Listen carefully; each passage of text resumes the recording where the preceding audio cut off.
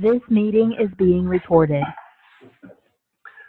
Our topic today is the core concept of marketing management. We've had a little bit of an introduction into the history of marketing, but now we want to go into the philosophical aspect of marketing to determine what is the philosophy that drives marketing practices in modern times, and how has that philosophy evolved. So first of all, we want to look at some misconceptions about marketing, some of the understandings that perhaps outsiders have about marketing. First of all, that it is unnecessary. And that would assume that people or businesses, consumers or businesses, always know what they want, always can articulate that, can express it to suppliers, or that suppliers, firms in production, always know what the market desires and produce that in just the right amount of quantities at just the right price. And we know that that would be a fairy tale. That's absolutely not true. Marketing is necessary in a capitalist economy to serve the function of balancing supply and demand, to let the public know about the availability of certain new products, the benefits that they can bring to their lives, the problems that they can solve for them. There's another misconception that marketing is simply manipulation of buyers. And in this sense, the word manipulation would be used in the most negative sense possible. It would be in the sense that marketing causes individuals or businesses to do things that they do not want to do, or that they would not do otherwise. And that's really not true. Certainly, marketing is involved with persuading. And at times, some marketers cross ethical lines and engage in activity that is very negative and is quite manipulative in the worst sense of the word. But many times, marketers act in ways to persuade people to change their attitudes or their behaviors or their preferences, to get them to try something new that could make their life better, that could solve a problem that they've been unable to take care of. And in that sense, manipulating people's attitudes, behaviors, or preferences is not necessarily something that's negative. It could be something that's quite positive. There's a misconception that marketing is simply pricing policy. Nothing could be further from the truth. Now, pricing is an aspect of the marketing mix, certainly, and marketers set prices, they change prices, they may offer discounts, but it is so much more than that. It involves product innovation, product development, product management, and everything that goes with that. One of the other 4 P's of marketing, it involves decisions about how to ship the product, the placement decisions, where to make it available, where to store the product, that would fall under the place dimensions, how to ship it, how to place the product. How to price the product certainly would be reflected in the pricing policy, but there are some organizational objectives that are considered when pricing decisions are made, not simply in response to the marketplace. How to promote the product. It's not just selling.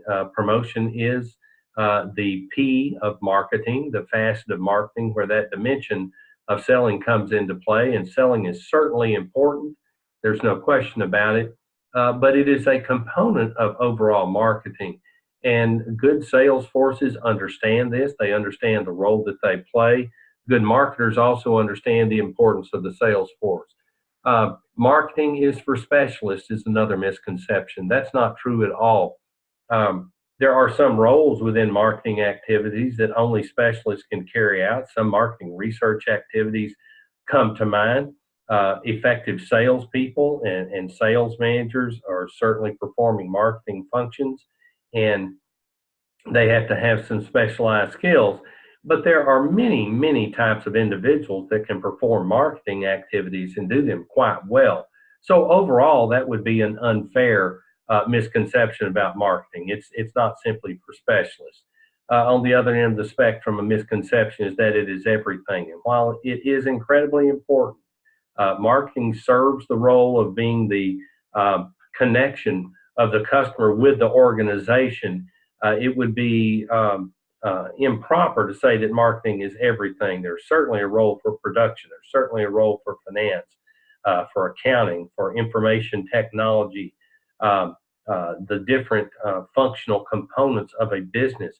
What's important is that each component of a business or each department understands the role that the other plays and how they work together to meet the needs of their customers. And so marketing is important because they are charged with that direct contact, but marketing is not everything. It is an important component. And so we look at what marketing actually is, and marketing is much more comprehensive and strategic than some of those misconceptions would infer that it is. And modern marketing practice is not something that has only taken hold in the last decade or so. It's actually been a major thought for the last 60 or 70 years. Peter Drucker wrote about it nearly 7 years ago in very clear and simple terms. And what Drucker said was this: there's only one valid definition of business purpose: to create a satisfied customer. It is the customer who determines what the business is. Because it is its purpose to create a customer, any business enterprise has two, and only these two, basic functions: marketing and innovation. Actually, marketing is so basic that it is not just enough to have a strong sales force and to entrust marketing to it, and to entrust marketing into it. Marketing is not only much broader than selling, it is not a specialized activity at all. It is the whole business seen from the point of view of its final result, that is, from the customer's point of view. So Drucker was really on to something here. Excuse me. Drucker was really on to something here, and he said some things again back in 1954 that were very prescient. First of all, the purpose of business is to create a satisfied customer. This represented a real shift in thinking that we'll talk about more in just a moment. But he said the purpose of business was to satisfy customers, and that customers make the determination of what a business is, which again was a very important shift in thinking. And then he said marketing and innovation are the only two functions of a business. Well, if we include under innovation product manufacturing and things like that, it's a little broader understanding. But what he's getting at is connecting with the customer and coming up with new ways to satisfy the customer. Uh, Drucker really tried to boil things down to their simplest terms. Um, and so he said it's not just enough to have a strong sales force. This was the paradigm shift that was occurring at that time. Instead of just producing a product and knowing that the sales force could go out there and use some really hard selling techniques to get it in the hands of customers, he was changing the paradigm of the outlook of marketers. It was much broader than selling, and to this day, that's still a huge misconception about marketing, is that it is simply selling, and it is so much more than that. It's not specialized at all. It is the whole business from the customer's point of view.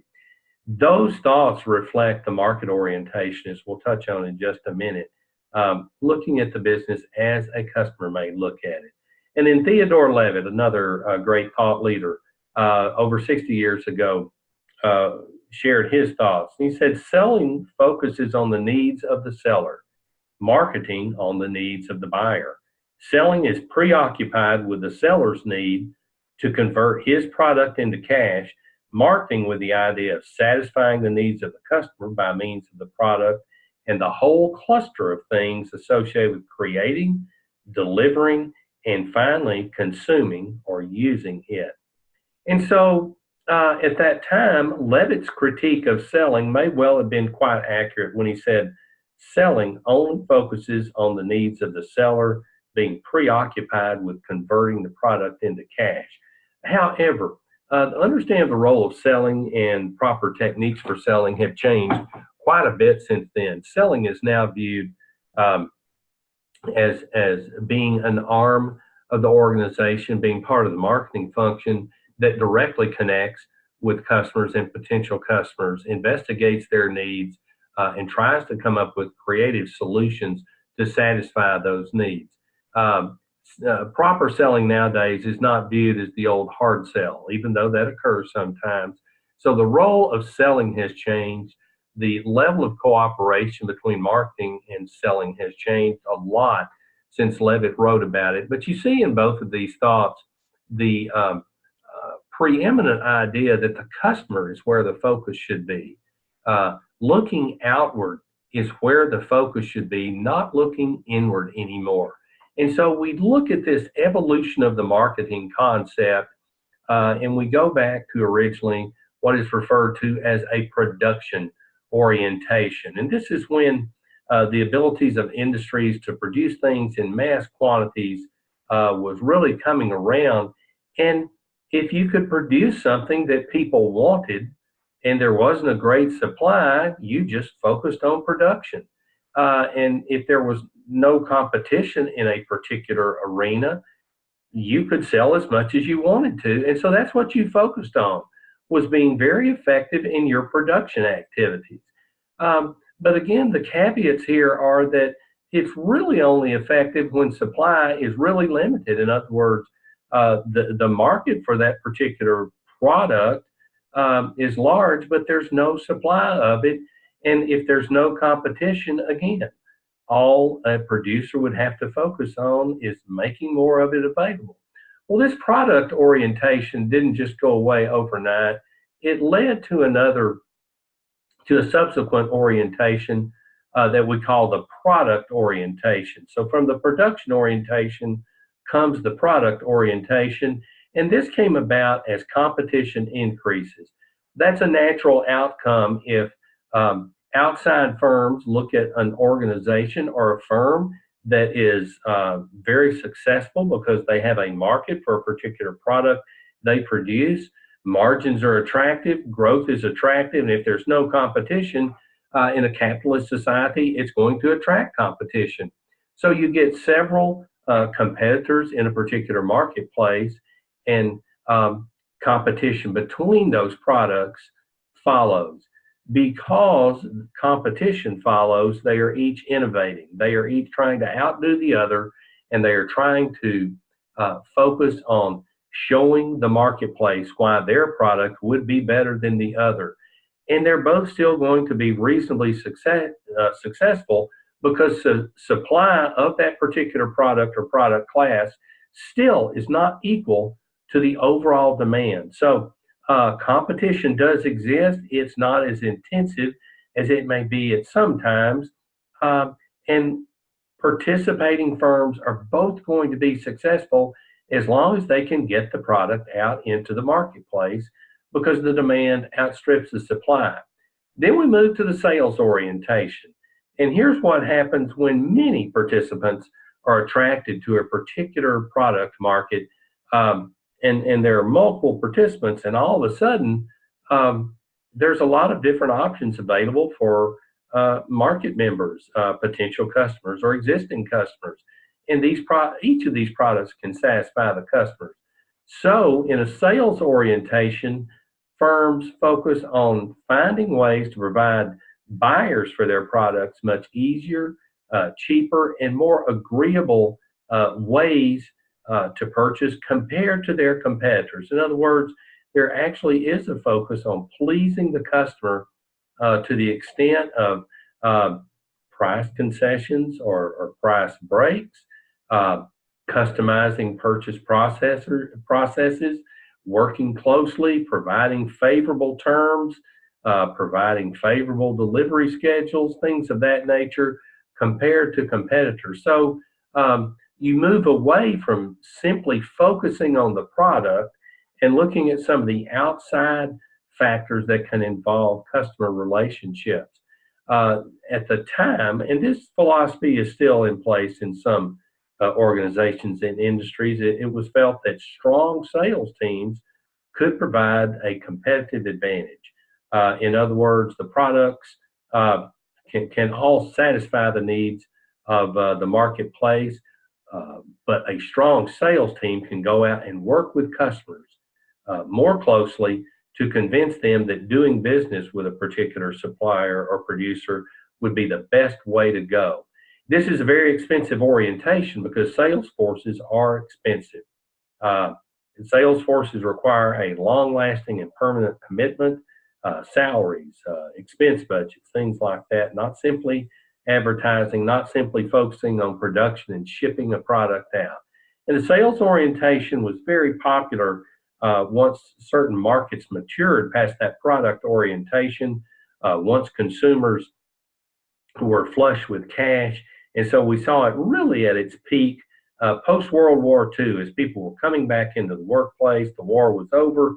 Uh, the civilian workforce grew. Homes were being built for the new middle class in the country. The war was over. There was a sense of peace, prosperity followed, and a lot of products were created that could please people. And so sellers found out they needed to get busy not only in business to consumer channels, but also in business to business as consumers were ultimately being serviced. Uh, then the big shift occurred, and we looked at the statements by Porter and by Levitt, uh, and they touched on this idea of the marketing concept. The marketing concept involves two very, very important orientations that are closely related but are not identical. And what those orientations are, first of all, is the customer orientation. And the customer orientation came first. And the customer orientation started with marketers, and it represented that shift I referred to a while ago, where instead of focusing internally on doing things simply to increase production or to focus on increasing sales, the focus shifted to what was best for the customer. Um, what can we do to satisfy the demand side, not simply produce something, but what can we do to anticipate, to understand, to work more closely with our customers, so we are serving what they want instead of simply serving them what we can provide. That's the shift in the paradigm that occurred. And so firms all of a sudden had to start focusing on what the customer needed instead of what the firm was able to produce and what the firm wanted to produce and what the firm could best produce. So producers had to have some degree of flexibility to be able to adjust their product offerings to meet those needs. Customer orientation at that time was confined to the marketing department. So we move forward now and we look at the market orientation, and we see that the market orientation is something that's even more comprehensive than a simple customer orientation. The market orientation built on to the customer orientation. A market orientation also requires understanding competitors and their capabilities and strategies. By doing so, it would give firms a better appreciation of how they differed from their competitors, not simply along product lines, but along the lines of capabilities, along the lines of what their strategic goals were. So this is something that had to permeate the entire organization and not simply be confined to the marketing department. Another aspect of a market orientation that is important is the interdepartmental functioning or interdepartmental cooperation. As departments had to work closely together because a market orientation is something that is part of the culture of a firm. Each department should work closely together to focus on satisfying the needs of the customers instead of the marketing department being charged with providing customer satisfaction and then having to try to work hard within their own firm to solicit help and cooperation. The market orientation is what leads to relationship marketing. Relationship marketing touches on those long-lasting relationships with customers that are more profitable than dealing with new customers, that allow firms to partner strategically with firms to share information freely, to create high degrees of trust with them, and to work closely to satisfy their needs going forward. So, what are some of the key elements of the marketing concept? First of all, customer satisfaction. Quite simply, satisfaction means that the expectations meet results. That's the simplest way to explain customer satisfaction. And you'll remember that Porter touched on that, providing customer satisfaction. However, Porter was a little bit short sighted in his claim that the one valid definition of business purpose was to create a satisfied customers. Nowadays, many firms focused on going further than that, and this is what leads to creating relationship marketing, and that is to create loyal customers. But you cannot have loyal customers unless they are first satisfied. Now, customer satisfaction is something that's much easier to conceptualize than to implement effectively. We all understand kind of intuitively what it means to be satisfied. In other words, to have our expectations met or to meet the expectations of the marketplace. But how is that done? How can that be folded into an overall strategy? How can that be communicated to different departments within an organization? How can that be undertaken and implemented effectively? And so we can look back and we can see that many firms would certainly want to do that, but there are a few that stand out in that they really do a great job of providing customer satisfaction. A great example is something like Southwest Airlines. If you think of the airline industry, and when we travel by air, we all want to travel a long distance. We all want to save money, but we want to be on time. We want some degree of comfort. And so, what Southwest Airlines determined was that they couldn't customize everything to everybody. They couldn't have first class with fine wines and gourmet food, and coach with to-go sandwiches and water or soft drinks. That just wasn't the way they were going to do it. They weren't going to try to have a fleet of large jets and small regional jets and different things like that. They determined they wanted to provide one product, and that was transportation on time to the highest degree possible. They were not going to wait to try to cram passengers into planes and to take off after scheduled departure times. They figured out that time was very valuable to their target market and that they had to control expenses to make it profitable. So they only fly one type of aircraft, a Boeing 737. They can standardize training, they can standardize their service functions, they can standardize a lot, and they have a commitment to go on time, to keep the costs low, to satisfy people who are looking for value when they fly.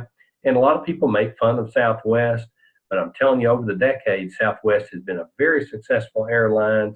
The employees love working for it, and Southwest has a lot of loyal customers. Other airlines receive a lot of criticism and don't develop near the level of customer satisfaction.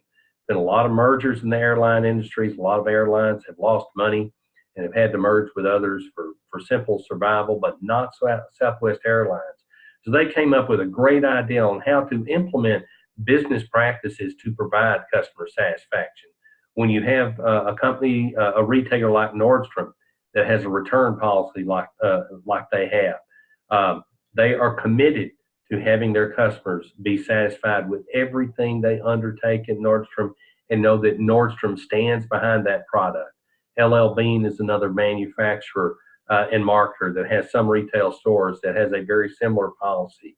You buy an LL Bean product, you can return it at any time if you're dissatisfied with it. They do not want to risk that dissatisfaction at all in their customers. They have a very loyal customer base.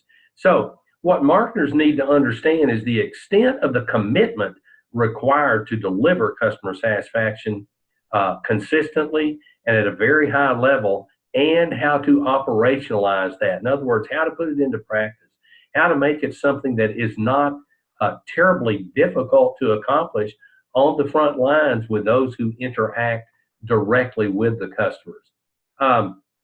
So again, touching back on market and customer orientation, those are the behaviors that firms engage in to provide customer satisfaction. And the firm overall engages in those behaviors.